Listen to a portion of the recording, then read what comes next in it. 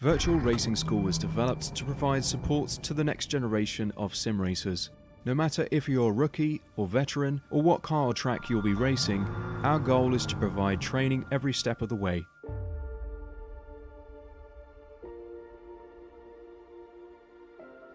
We found that iRacing can be quite difficult without proper training. There needed to be a way to prepare for on-track racing. With VRS, you can literally learn from the best sim racers in the world, including 4-time NASCAR iRacing World Champion Ray Alfala. And Ray Alfala is a 4-time champion of the NASCAR Pekin Freeze iRacing Series. 3-time iRacing Grand Prix World Champion Martin Kroenke. Martin Kroenke becomes a 3-time world champion. Rallycross World Champion Mitchell de Jong. Mitchell de Jong is now champion for the iRacing Rallycross World Championship Series. And many other top sim racers. Data packs include everything you need to start learning. Our World Championship coaches create the data packs by setting a hot lap or a series of fast laps for you to compare, analyze, and replicate. Data packs also include a tutorial where the coach points out techniques they use to hit the fast lap. This gives you access to the latest driving techniques and setups before you even hit the track. Sign up for a free account and download the VRS telemetry logger.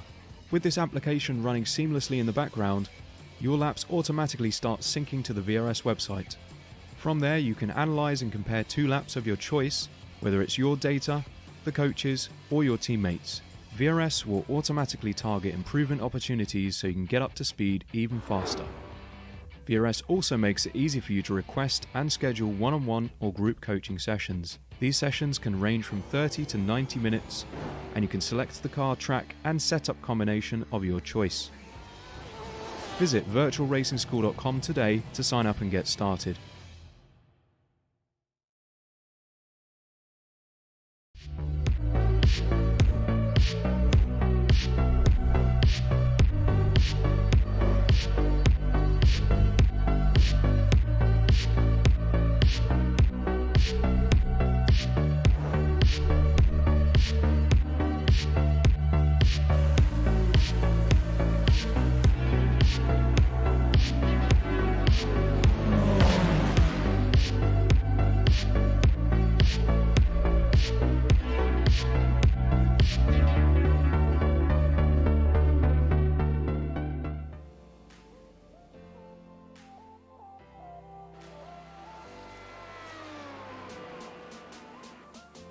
Howdy, howdy, howdy, everybody, and welcome to the iRacing Formula 3.5 Championship Season 4 finale here at Phillip Island Circuit.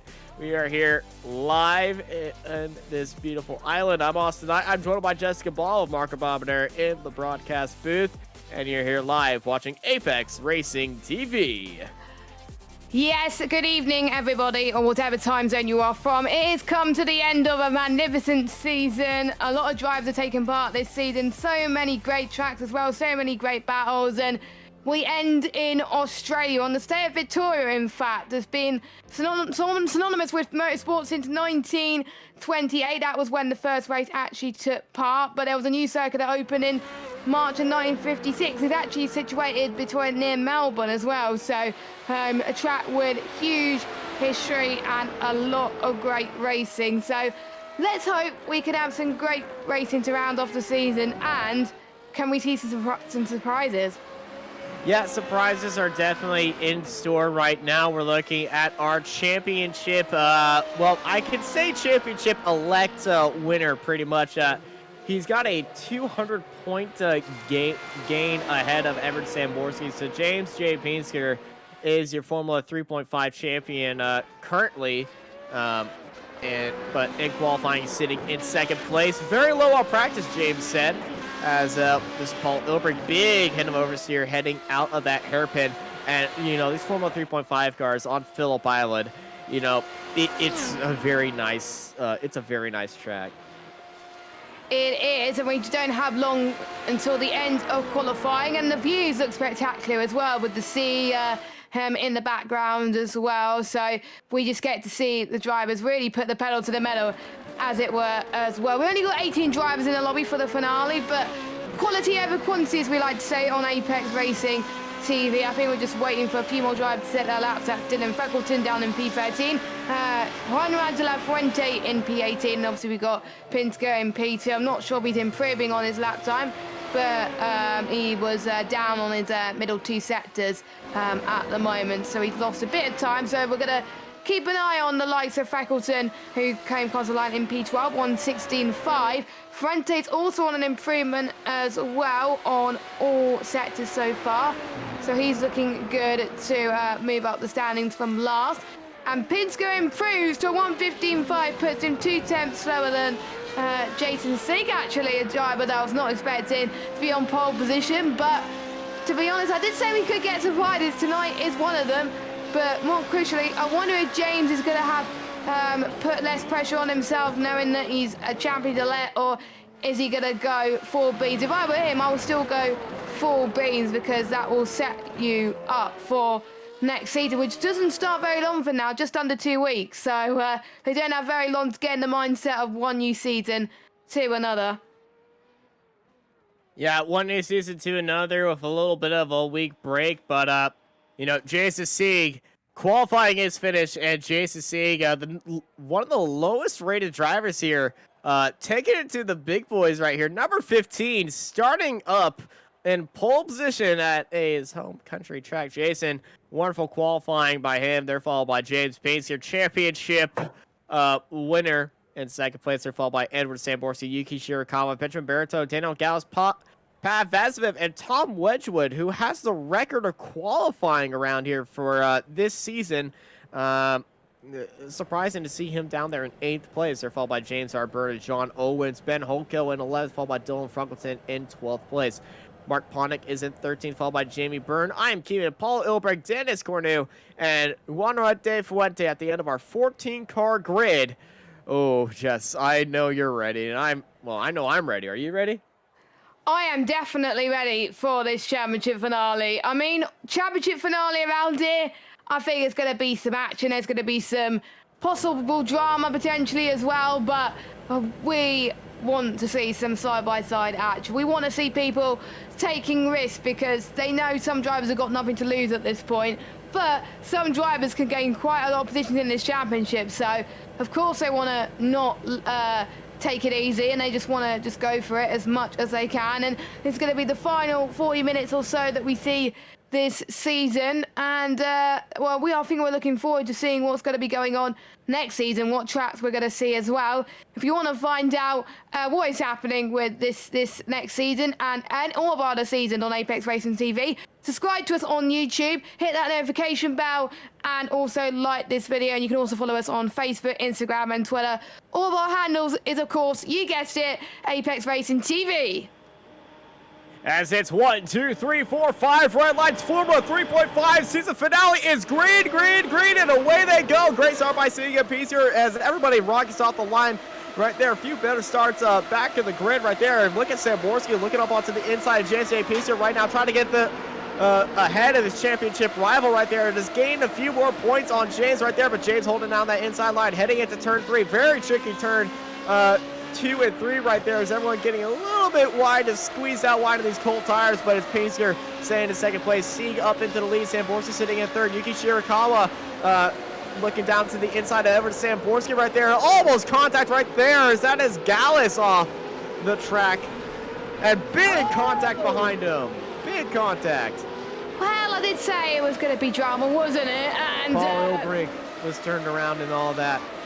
Yeah, he was as well. I think we're seeing some side-by-side action going through these next set of corners. I think we've got Shirakawa still fighting as well in the background with the likes of Tom Wedgwood as well. Is he going to go for a late lunge? It could be 3 abreast, but a few people decided to back off a little bit as well. We've got 2 people behind, I think. Owens and Pavel as well fighting as well, and then we've got Jason Sieg, who's pulling away quite a bit, but he's got Pinsker closing in on every move right now. Yuki Shirakawa! That's a huge hit from Yuki. He's hit the wall, and he doesn't even have an engine by the looks of things. So let's see. He's having a battle with Tom Wedgwood.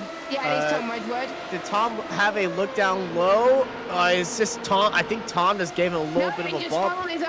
Yuki just won on his own? I think Tom gave him a little bit of a bump right there.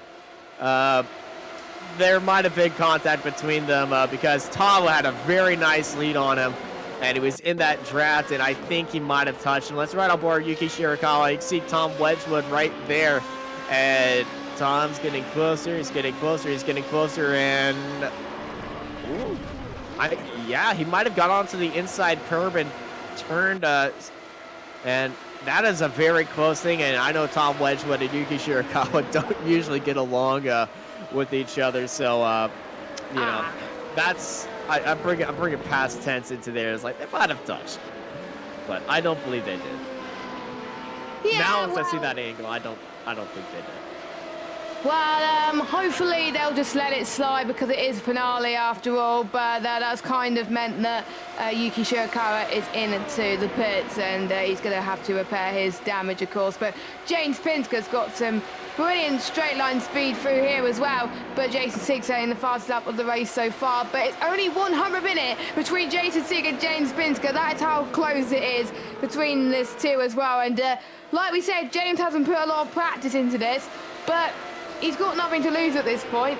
He could just follow this car as well, but we got 3 cars going side by side. We've got Dylan Freckleton battling with the likes of, I think it's one of the Burns brothers, I believe. Yes, it is, as he's trying to get a move here. Late lands on the right-hand side. Is he going to make it stick? And I'm sure Burn want to try with the switchback, but he doesn't. He backs off a little bit, but again, he's going to try and go the long way around here, heading into this tight little piece of the corners, and Dylan is doing a marvelous job battling quickly. It's a great defensive move from Dylan, and he's staying in 11th position, but it looks like the Burn brothers are just giving it their all today. It's just great to see. Yeah, the Jamie Byrne and James Byrne, a definite great drive by both of them right now. James Byrne up into 8th after starting in 9th place. You know, they're usually around each other, so it's odd seeing the separation. New fast lap by Jason Sieg, 16.45, as Benjamin Berto and falls down to 5th place. And this is what's happening. Benjamin Berto fell down to 5th place as we see a 3-way fight. Dylan Freckleton, Jamie Byrne, and Ben Holko. Ben in at his home race right now on the tail end of Dylan Freckleton. And here is up there, and oh, that's the leader. Jason Sieg's off the track, and the lead now goes to James J. Pinsker. But Jason, what's too much mustard off the exit? You see the 2 leaders off in the distance right here, heading into the corner, into the hairpin, and too much mustard right there off the corner into the curbing. And let's ride on board of James J. Pinsker. Heading into this, and you know, he's already won the championship, and he's just submitting more into there. That is just well, that's good luck if I've ever seen it. Embodied, shown off. What's the word I'm looking for? If I've ever seen it. Yeah, I can't think of the word, Austin, so I think you need a bit of help on that one. But anyway, Dylan, I think, is under pressure from, I think, the likes of Dennis Cornu as well, and Ben Holko as well, up into the, I can't remember what turn it is. It's hard to know about it is turn 1. Okay, first corner.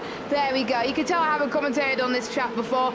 So we got Iman Keeman and Frente. Frente, don't forget, started last place, and he's up into 14th place. And John Owens had got a move done, or did he lose position? I was just trying to look at the timings right now. Connection. Can we look at Ben Holko? I think Ben Holko has rear wing damage. Yeah, he does. He was hit in the back, and that is a big chunk off in the middle, bent down in the middle, but he's definitely, yeah, that's going to be damaged right there for Ben Holko, and, you know, he's got the train behind him, and everyone's going to be very close right there, but he was looking very nicely in that draft, so it's not noticeable damage that much, but yeah, I'm wondering who hit him in the back right there. It was at the front. It was at the start of this race after Paul Ilbrink's incident. So we got that multi-car, and Ben Holko was at the front of it. Yeah, it was hard to tell in some places as well, but I think a lot of people just taking risks in the final round of the season. Look at taking risks. Tom Wedgwood. Tom Wedgwood for the sender dreams here. Is he going to make it stick? Yes, he does. And look who's chasing down Eddie Sambrowski as well. He's dropped down into P3. But I'm sure he wouldn't mind as well. Benjamin Bartow's having a good race as well. Nice to see him up there in the top 5 as well. So incredible stuff to see from him, and obviously John Owens in that train. This train is just going bigger and bigger at the moment. Yeah, Tom Wedgwood and I were talking throughout the race. He loves it around here, and he's absolutely flying around here. And, you know, he's starting to build up that gap on Sam Borski slowly but surely. You know, the most difficult thing is to get him out of that draft, and he's going to have to really, you know, just outpace Eddie Samborski. And Samborski, second place in the championship right there, and he's already lost the championship to James J. Pinsker. He was giving me the points. He was actually giving me the points calculations before the race, and it was just like saying, yeah, there's no way. But he was going to give it his all. Right on that gearbox heading into turn 1 on Tom Wedgwood, but no draft advantage right there. Being that close, he's not going to get any overspeed, so he's just going to stay behind Tom. And he's got Benjamin Baratow right behind him as well. And oh, well, as I said that, there goes Benjamin Baratow off the track and on the outside of turn 2. I think we jinxed him, Austin. I didn't jinx anybody. I didn't say he was having a good race.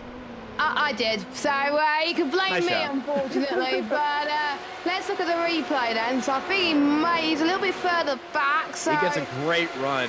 And, oh, it's off in the grass. He dipped the wheel onto the grass on turn in, and that's what happens. And he's actually towed. He didn't pick up any damage. He just towed. And that's a throw the wheel.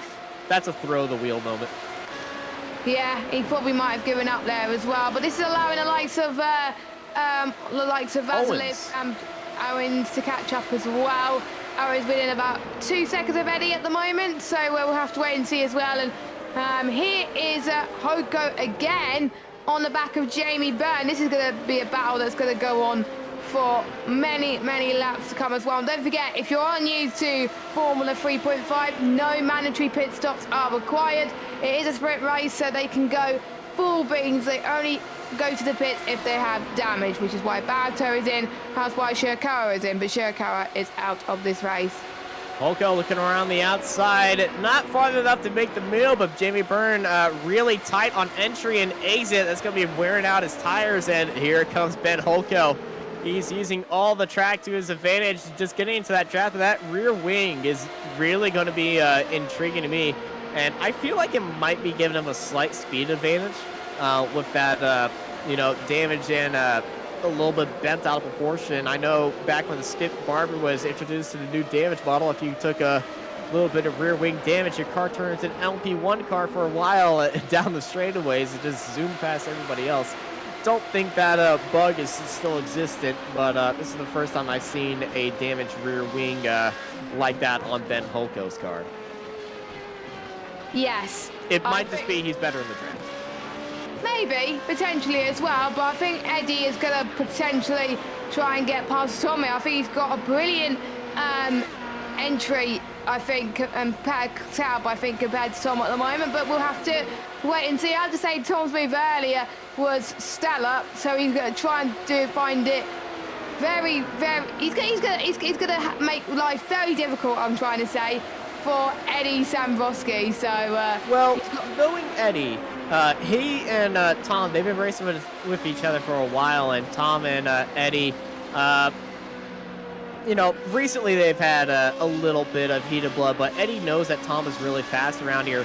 He's probably not going to overtake Tom until he needs to, but he knows that Tom's fast around here. He's going to stay in that draft and let Tom carry him to James A. Pinsker. The thing is, though, James A. Pinsker is just put down a faster lap than Tom Wedgwood. So I am not sure of this strategy by Eddie Samborski, or he's just waiting for Tom to get into that groove as Ben Holko and Jamie Byrne. Holko looking on the left side, now going to be the inside, heading up the hill and into the hairpin. And Holko's just got that inside line going for it. Yeah, he's going for that inside line. Big set by Ben Holko. Opportunity right there. A little bit wide by Burn, but Burn's going to stay ahead. Hoko once more in that draft. They're coming around that long left-hander, that final corner. I love this final corner in this car because it's just on the limit, full flat out in the draft, and it's a big opportunity. Here comes Ben Hoko looking on to the outside now. Drag racing Hoko up into 8th place. Heading into turn 1, Dennis Cornu's in there also as well. Cornu's trying to hold around the outside. Here is up ahead. I think that was Wedgwood going side by side. Yeah, chaos happening right now, but it's Hoko ahead of Cornu and Burn. And then now up ahead, Daniel Gallus in a fight with James Byrne. James Byrne looking down the inside. Big set into the hairpin, and Byrne, big lock up right there, but he does make it out the opportunity. And Dennis Cornu is storming through the hairpin, and he is going to completely miss that hairpin. It goes into the wall right there. Dennis Cornu, missed braking points, may I call you, right there. Jamie Byrne dodged the bullet right there, but off the exit, I think Jamie Byrne might have yelled out an explicitive right there. You see Dennis is setting up the inside, and Jamie followed him right through there because, you know, they were nose to tail with each other. And it's an age-old thing, a monkey see, monkey do. You follow the breaking point that was right ahead of you, and you know, they both went off the track, and that is very unfortunate. And I think somebody in the back and near the end of the field is running with medium downforce rear wing. I saw one rear wing that was just not like the others right there. James Byrne side by side with Gallus once more. Byrne down to the inside, up into 2nd place, up into 5th. Yeah, I think I've got to say, fair play to some of the drivers that have made positions so far. John Owens faces James Byrne up 4, Ben Hoko up 3, Dylan Feckleton up 2, and Frente outside last up 7. So those drivers are doing a marvellous job so far, and it looks like Daniel Gallus could gain a position here from James Byrne, as you can see as well. But you can see Eddie is just holding station, so is Gallus and Pavel Vasilev as well. He's like to be called Pav in iRacing now at this stage, and we are already 15 minutes down to this race, and still plenty of action can happen as well. We've already seen a lot that can be made in pretty much really hard places, which I can't even overtake on this game, I have to say. But up to state standings, Pinsker is leading away with 6 seconds over Tom Wedgwood. Eddie Samboski in 3rd position, and it would be amazing to see people get their best results of the season. Jason Sig is trying to make a comeback after that spin earlier. He's got past, I think, Hoko into turn 1. Yes, he does, and he is back up into 8th position. Yeah, beauty of a move right there, seeing on Hoko, and Jason, after being out in the lead and you know, having that spin, he's going to just look to try to regain some positive about this, as a little bit of a shuffle right there. Pav makes the move for 6th place. There we go. Pavel is on a charge on P6 at the moment for P5. And Tom Wedgwood is got Eddie right on the back at the moment, and he's pulling slightly. A little bit of a lockup right there by Tom, but Eddie, he's going to start struggling with those tires very soon. He's, you know, he's been in that dirty air, and he's feeling the pressure. And Eddie Samborski, you know, last lap was 0.3 slower than Tom. And Eddie's going to get the draft to stay on the back of Tom right here, but he's not going to overtake him once more. But Eddie Samborski, 1:16.919. Extremely fast lap by Eddie, and, you know, he's still wanting to catch up to James J. Pace here, but, you know, he and Tom are just going to be in this race, and Tom is really pulling Eddie along right here, but James is just too fast for him. Yeah, I think so as well. I think some of the drivers will probably have to settle for 2nd best at the moment, which is what Tom and Eddie are doing at the moment. But don't count out John Owens as well. Oh, Eddie was going to move there, but Tom Wedgwood was like, nope, I'm not having none of that. I want P2, thank you very much as well. Yeah, it's battle for 5th. Byrne and Pav. Byrne and Pav side by side. Pav got the overtake on Byrne, and then Byrne got him right back. Here we are at that fight right here. Pav looking on the outside. Byrne's on the inside. This is absolutely crazy. 8 of the 16 with each other heading into the hairpin. Pav backing off right there. Burn's going to lead him into the hairpin. And right behind him is Daniel Gallus, who's going to have a great run opportunity coming out of the hairpin. And here comes Pav in that draft. And speaking of the draft, we got a fight up here. Eddie Samborski looking on the outside of Tom Wedgwood. But Tom, he's just got a better run than Eddie. Eddie's not going to be in the draft for Tom right there. But they're really storming with each other. Here comes Pav looking down the inside, heading into turn 1. Great look by Pav. Can Burn hold around the outside? Can Pav hold around the outside of turn 2? It's going to be Burn staying ahead in 5th place. But this is a absolutely fantastic drive by James Burn and Pav. Here comes Pav heading into the hairpin. Pav looking down the inside. Big send heading into the hairpin, but it's a big lockup too. Somehow they don't make contact right there. Oh, they make contact off the exit though. That was tight. That was tight. I think it could have gone either way. If someone has almost gone off a little bit, having to settle for a few positions there. But let's look at the replay, Austin. Yeah, that's right on board of Pav heading on the back of James R. Burn. He gets a great opportunity. Big lunge right there. Too big. Turns in, locks at the front right wheel, and he feels like he's saved it. Then bumps into the back left wheel of James R. Burn. And, you know, I think he might have picked up some damage on the front left of his wing, but it might have been fixed. As here is Tom Wedgwood. He's blown out a gap to Samborski. Samborski not as close as he was originally to Tom at the start of this lap. And yeah, he lost a bit of time to Tom right now, but he's got it back with that draft back onto that gearbox, and that's fight for second. But Burn and Pav are still fighting with each other again. And I don't know what I want to watch more of, this battle for second or the battle for fifth, because, you know, the battle for second is kind of a, I'm going to treat you with respect. And the battle for fifth is just all out war right now as, oh, Pav's got a good run. I'm sorry, Marco, but, oh, big send it. Oh, it's a lockup by Burn this time, and Pav makes his way down to the inside, feeling in the pressure. And Burn definitely felt the pressure right there. Burn sending up onto the inside. And there's Pav holding around the outside. They're side by side underneath the game tree right now. Daniel Gals has been an absolute passenger in this fight, but Daniel Gals can have an opportunity right now as Pav and Burn swap places again. Pav holding around to the outside right now, heading into the hairpin once more. Burn and Pav, Pav and Burn, Burn holding around the outside. Pav just giving it up. A little bit of lockup by James Burn right there. But here comes Pav off the draft, and Burn getting a good run. Is Daniel Gals going to try an opportunity right here? Yeah, they're going all at it at the moment, and we do remember that it was quite a close yeah, Eddie's just coasting.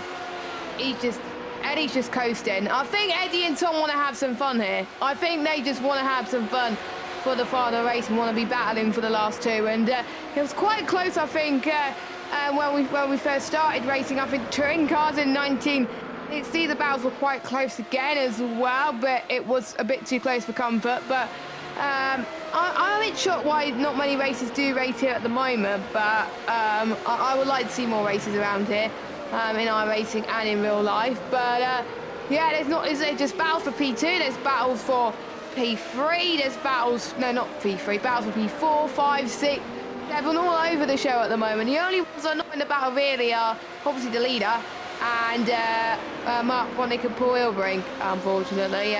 Everyone else in a battle of some kind, so one small mistake could end your chances of getting that position. But yeah, I think some of these guys, they just want to have some fun. They don't care where they finish, they just want to have some fun and finish. I think these two are pure examples of that. Here goes Eddie. Oh no, Dylan Struggleton in the hair. Such a good race.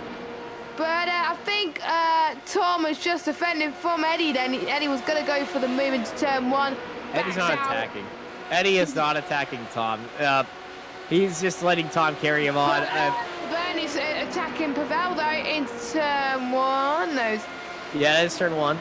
Yeah, heading into two. And oh, Pav just overcooked and almost goes off the track right there. Here comes Daniel Gallows looking off that exit right there. Pav's going to have a not best run. He can get a good run in the draft. And here comes Pav once more. That wide end exit into turn two. He's right side by side with Burn. Burn and Pav lock up by Pav this time. And Burn holding around the outside, but Pav's right there. Side by side they go. And ooh, almost switchback opportunity, but Pav Burn did get a little bit wide. And Daniel Gallus, can we just get an onboard Daniel Gallus? Because he's having this fight ahead of him. And it's just a, driver's eye fight. And this is a brilliant view of this fight. And Daniel Gallus, he probably just doesn't even want to take part in this fight. He's just watching and enjoying the show like we are. I think I always get in that situation when I'm in a free car fight and I'm worried about what's going on in front of me, and there's almost a certainty for some leagues I'm in that the two cars in front are going to make contact. So sometimes I just like to back out, and obviously the dirty air does not help at all. But it's not much of a thing in these cars. But I think that's what Daniel Gallus is trying to do. He's like, oh, I'm playing a backseat on this. If any of these two make a mistake, I can just yoink a few positions and. You never know, but we're still seeing almost a side-by-side action here. But I think all this is allowing Daniel to having more downfall, which I think is needed in some part of the track. And I think we're seeing a replay. Yeah, that's what happened to Dylan. You can see he's already got a little bit of damage on the front right wing right here. Oh, he's hit the curb on the entry to the corner, got into the grass, and right there is just your Steamboat Willie heading down the Mississippi. And nowhere you can really control your car as he goes back on the track. Luckily, he was just by himself, so that's a self-car incident. As here comes Pav on Burn holding that inside line, Pav holding that outside line. He could try an overtake opportunity heading into the airplane. Looks for it, not going to send it right there. But he's been forcing a lockup consistently by James Byrne right there. Ooh, a little bit of twitchiness coming out of the exit. As the oversteer, the rear tires are getting pretty cooked right now. 10 laps remaining here at Phillip Island for the Formula 3.5 Championship. Pav, easily coast by. DRS activated, and nothing Bird can do to defend from that one. But he beat him off the exit of turn 1, heading into turn 2. He's fighting soon, Austin. He's going for it. He's like, you're not having that position, my friend. He's going on the attack, and they're defending, and Pavel wants that position back ASAP, and this is going to be intense. We've got Gallus as well, who's just backing off a little bit more, and there was almost contact being made there, and Gallus is just only a few tenths behind, and someone could go wide in. Beauty of a move by Pav. Beauty of a move. He left the door open for James Byrne. He took it tightly to try to sneak by. And Pav, with that fake door, able to stay ahead for the first time heading into this hairpin, I believe. Pav in 5th heading into this hairpin. It took like at least 7 laps for him to get past James Byrne for an entire lap, and I think he's done it now. Yeah, I think the gap is stretched a little bit, and these two, yeah, they just want to have some fun. These are the two greats of Formula 3.5, and Tom Wedgwood versus Eddie. I mean, I wonder if they're just going to give it all on the last lap for the final lap, and I hope we get to see some donuts at the end as well after the white flag happened and the checker flag across the line. But of course, that bridge when we get to it. James Pinsk, we haven't talked much about him, but he's leading by 9.2 seconds. He's dominating. That is why he is the Formula 3.5 champion this season. Yeah, and also new James Pinsker news. He also qualified for the Logitech G Esports series as well in the Delar IR01 at Interlagos. Finished 3rd. A little bit of overseer right there. But James Bird's reaction was, oh yeah, I did this. Yeah, so that was good for him as well. I'd say best of luck to him, of course, because this is a prestigious series as well. And another series for him to compete at as well. And this could get, surely it's going to be for a move. They always tease us for a move, Austin, but they don't go for it. Yeah, Samborski is doing what Pinsker used to do, just not go for the overtake, to stay on the inside. And that's why I feel like Eddie doesn't feel like he wants to fight Tom. There was a little bit of drama between them throughout the week, and so, I feel like this is just Eddie just staying in Tom's mirror, not really pressuring him for a move. He's having a good time anyway. I think all of them are having a good time right now. I know, but you can see it. You can see it through his helmet. Yeah, I love his helmet on this game. I really do. But I think I don't want any of those two to make a mistake. There's still a few more laps to go of this race, and I think they're still going to get good points anyway. And I think even with those two in the same battle on similar pace, it's allowing the gap to be stretched to the cars behind as well, because the cars behind are nowhere near the pace of the top three at the moment. Absolutely. Top three on a different level, but it's really second and third on a different level. And then Pinsker is on a level that's above that level. And, you know, it took an elevator special club VIP level because 16.84 by James Pinsker. No nothing. And then 16.87 to 16.9 by Tom and Eddie. They're closing in on him, but unable to catch James J. Pinsker. That was James's slowest lap, by the way. That 16.8.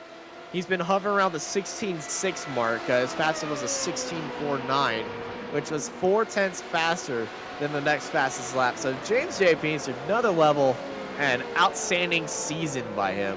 And, you know, he's going to be enjoying this one a lot.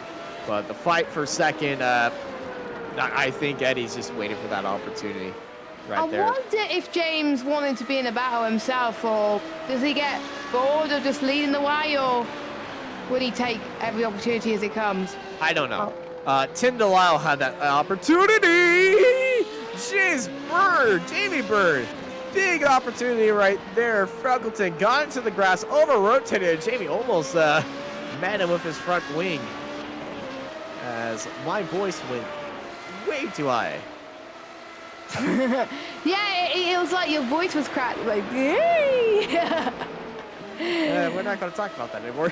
Yeah, we won't. I'll forget it about after tonight. But anyway, Eddie Samborski setting a personal best 1:16.80 for Tom Wedgwood, closing, well, he is on a similar pace as well. But I'm sure that if they weren't battling like this, they probably would have gone even faster with clearer air. But again, they just want to have some fun.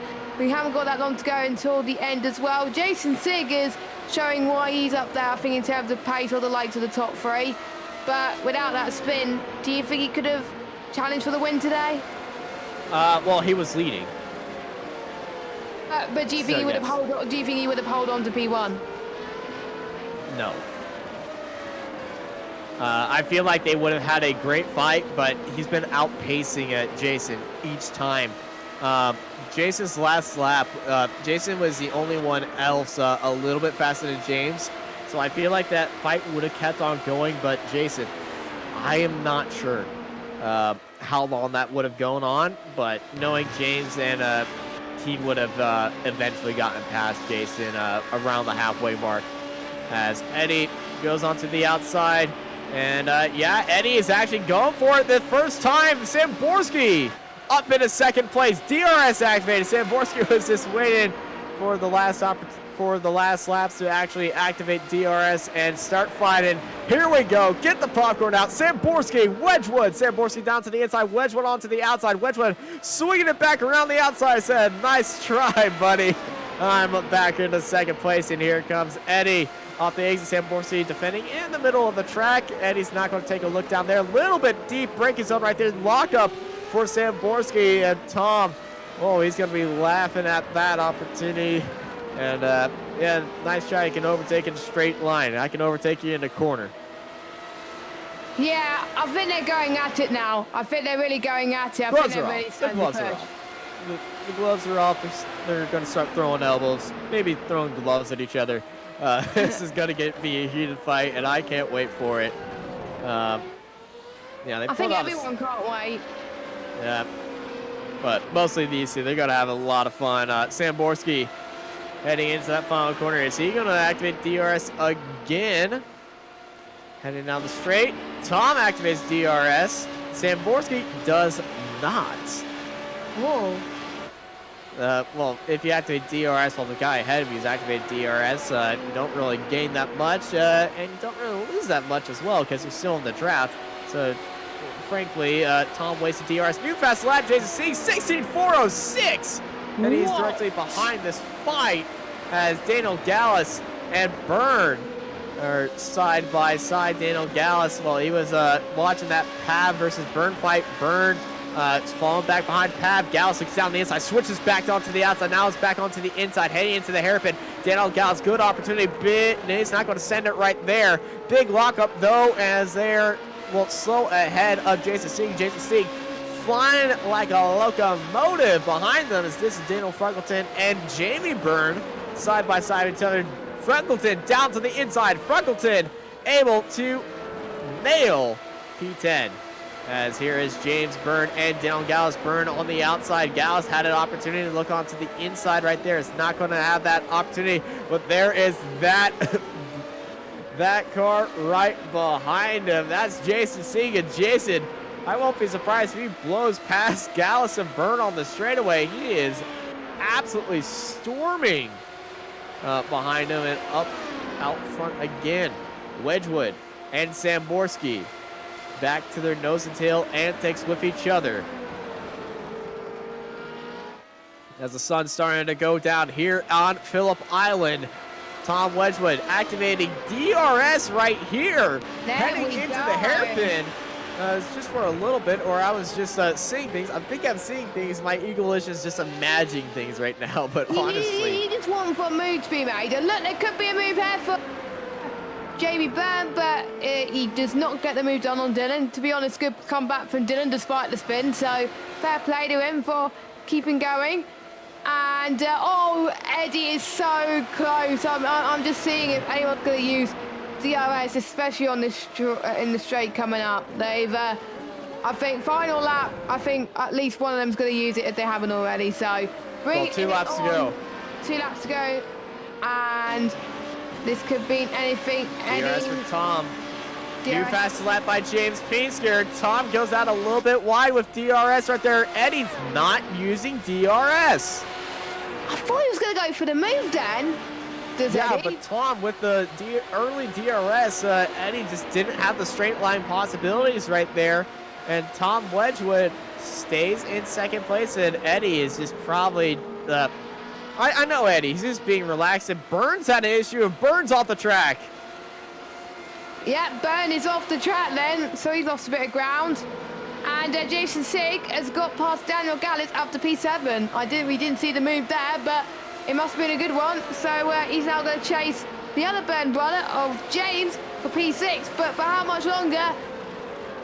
We got Gallus on the outside. On the comeback.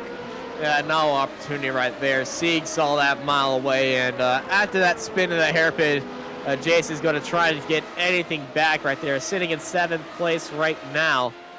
Backed up to our champion and our leader. White flag is in the air. 1 lap to go here for the Formula 3.5 championship here at Phillip Island. Yeah, white flag and fastest lap from Pinsker. There we go. 1:16.1. White flag is out with Tom versus Eddie. Eddie using DRS. Tom using DRS. Last lap, last chance, last opportunity of the season to make an overtake. Are we going to be seeing it from Eddie Samborski? Tom Wedgwood definitely going to be defending from any move that Samborski is going. And Samborski activating DRS right now. And I'm not making that one up. He actually has DRS on heading into the hairpin to try to close down that gap. Tom lock up, Eddie lock up right there. You lock up, I lock up. We're all locking up in that corner. And it is a absolute big fight between these two. Yeah, they're all going at it and at them because they know that they're not going to be racing for a week and they want to get points over each other. And Eddie wants to make sure, I think he will secure second anyway, but he just wants to have some fun. 10 seconds between first and second, around about more than that between and it second is. and here we go. The final race winner of the season, our champion, James Pinsker opportunity down to the inside, but it's not going to be there. Tom Wedgwood's going to lead out Samborski. For second place, Samborski had an absolute monster last lap. Had a great look down to the inside, but he just tightened off the ace just a little bit too much, and that killed off all of his momentum right there. As the rest of the field comes through, Owens in 4th, Burns 5th, Pav finishes in 6th place, Jason Sieg in 7th. That is a unfortunate race by him after starting up on pole with that spin. He's probably just not going to be happy and going to try to forget this race absolutely. Jamie Byrne finishes ahead of Ian Keeman in 13th. Mark Ponick and Paul Ilbrink, they're on their own. Ponick in 15th, Ilbrink going to be finishing this race in 16th. But all eyes are on our Le Champion, James J. Pinsker. Yes, I think he was just astonishing all season. He learned what was wrong last season and he capitalised on it. And that is why he was consistent. That was why he was the champion. And to be honest, even though we didn't see much of him, it was a champion's drive with how the gap was. Insane. Absolutely. James A. Pinsker wins the championship and the race ahead of Tom Wedgwood, Eddie Samborski, John Owens, James Byrne, Pav Vasiv finishes in 6th, followed by Jason Sieg, Daniel Gauss, Ben Hokel, Dylan Fruggleton, Juante De Fuente finishes in 11th. Dennis Corney, Jamie Byrne, I am Keeman, Mark Ponick, Paul Ilbrink, Benjamin Paratone, and Yuki Shirakawa at the end of our 18-car grid as James A. Pinsker burns it down here at Phillip Island, celebrating his championship and the win. And I can say he's going to be enjoying a little bit of the bubbly after this. Yeah, I think I would probably celebrate into the night if I was him, to be honest.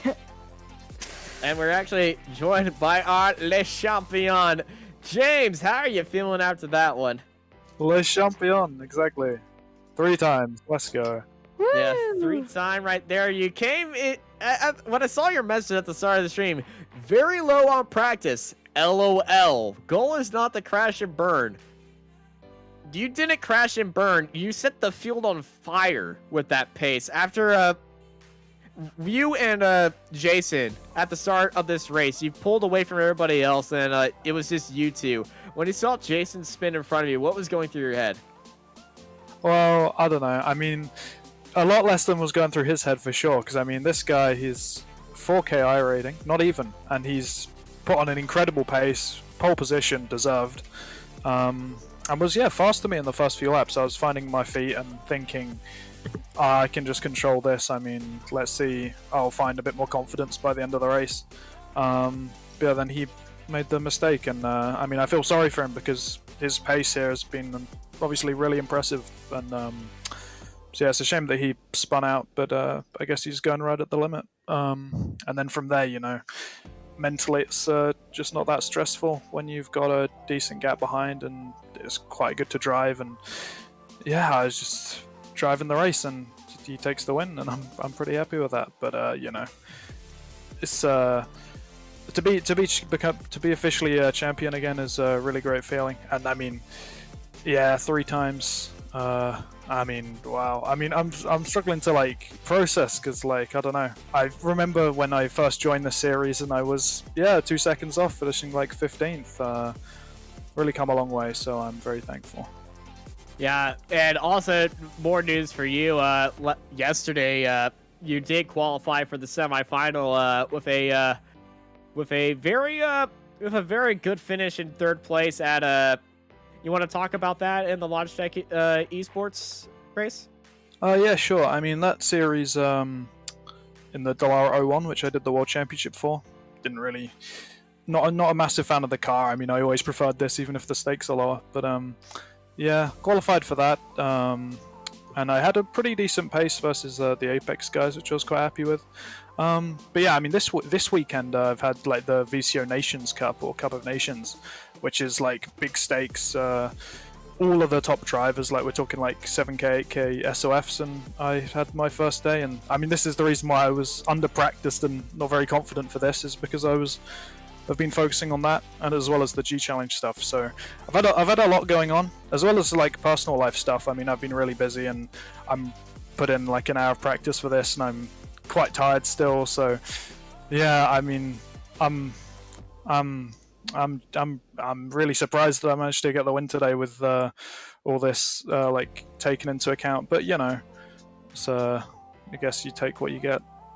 Well, you absolutely deserved all that. Congrats on the win and congrats on everything going on for you. Can't wait to see what the future brings for you. And I'm pretty sure you're going to be enjoying this little bit of an off week with this series. Before we let you go, James, anyone you want to thank?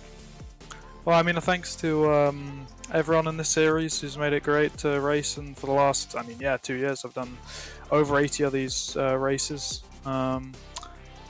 Yeah, and thanks to Apex for streaming them all, obviously, and congrats to Tom and Edward for completing the podium. I'm sure they gave you a bit more entertainment than I did from their race. But I mean, yeah, and then just to reflect on being champion again, I mean, it's a great feeling, and I think the target is to make it 4 next time around, but we'll see. All right. Well, thank you, James. Congrats on your championship, and we'll see you next season, right? Yeah, I hope so. I hope that I can race this again because I enjoy it, and I'm sad because I'm so tired and like my brain is complete. Like I want to be like screaming and like having all the enthusiasm, but I'm too tired. Like yeah, woo! I'm happy. I'm happy. I'm happy. Get the rest. Cheers, guys. Okay, Jess, you have your pick of who you want, Tom or Eddie?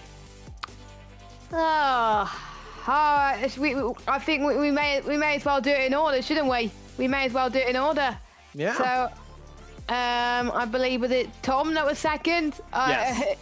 Yes, it was Tom. So I will drag him in. Tom, congratulations, second place on the podium once again. You and Eddie gave us a fabulous fight to watch throughout the whole stream. Thank you. Yeah, I knew it would be close between me and Eddie. I had nothing for James, though. Congratulations to James for the championship and blistering pace the whole season. But, yeah, I knew it was going to be close between me and Samborski. A couple of seasons ago, it was the same, you know? Although this time it worked out in my favor. Yeah, it was a good race. I had a great qualifying as well. I don't even understand what happened. I felt perfect on the qualifying lap, come out in like middle of the pack. Yeah, I was about to ask you about qualifying, but you just explained it there as well. Did you put much practice into this? Because we talked to James earlier saying he didn't put any practice in. What about you? Did you put in a lot of practice into this track?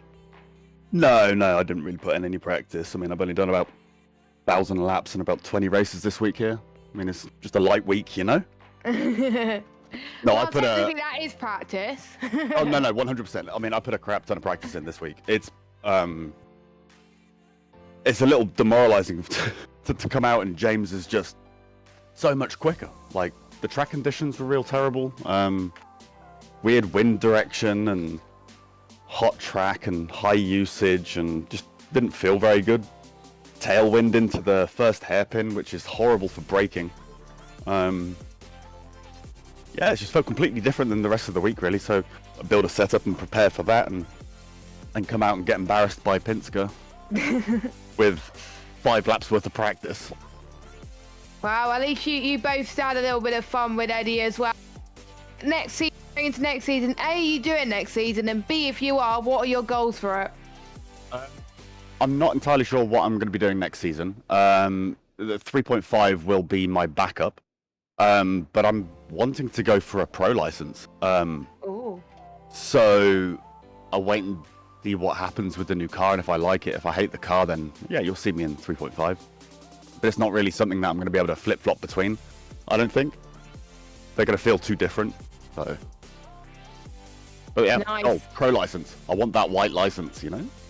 Yeah, I think that's a good goal, I have to say. Before we go and let you celebrate, anyone you would like to thank? Just my team, really. The team worked with sets and worked with me the entire season. Same old. Thank you to everyone. Thank you to you guys for hosting and Ed for organising. Yeah, thank you very much, Tom, as well, for a great season for you in terms of P2. Thank you very much.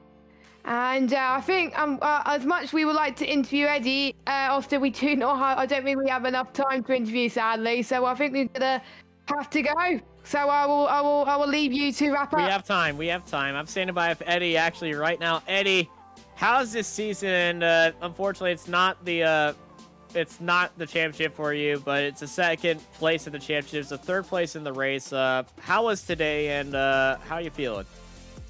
The season was terrible. I got my ass kicked. I mean, I did everything I could to be fast, and I show up and I'm magically half a second off every week, except for, you know, the weeks where I get pole and I do my best, and I just get walked away from. So, and today it was all I could do to hang with Tom. I mean, you could see me just locking up. It's like if you're the lead car, you have no grip. You're better off just following someone, apparently. I mean, I don't know. I mean, Tom and I have had a bit of a history, so I don't want to agitate that.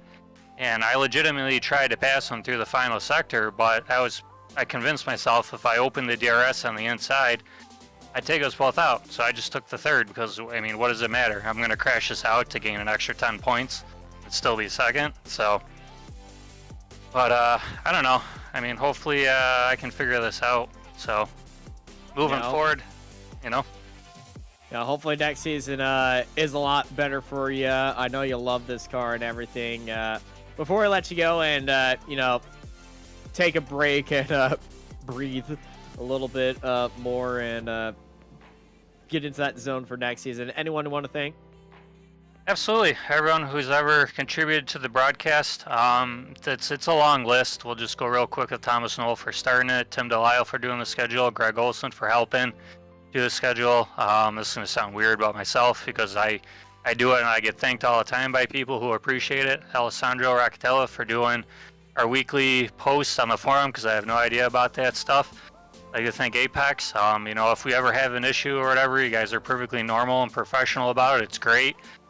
And I'd like to thank iRacing for providing us the service. You know, I mean, I guess you can say even a bad day on iRacing is a better day at work, depending on how much you like your work, I guess. Absolutely. Well, thank you for always showing up and giving it your all, Eddie, and hopefully next season works out for you. Thank you. Yeah, I don't know. We'll see what happens. I mean... All right. I'll see you later, man. All right, take it easy, Austin.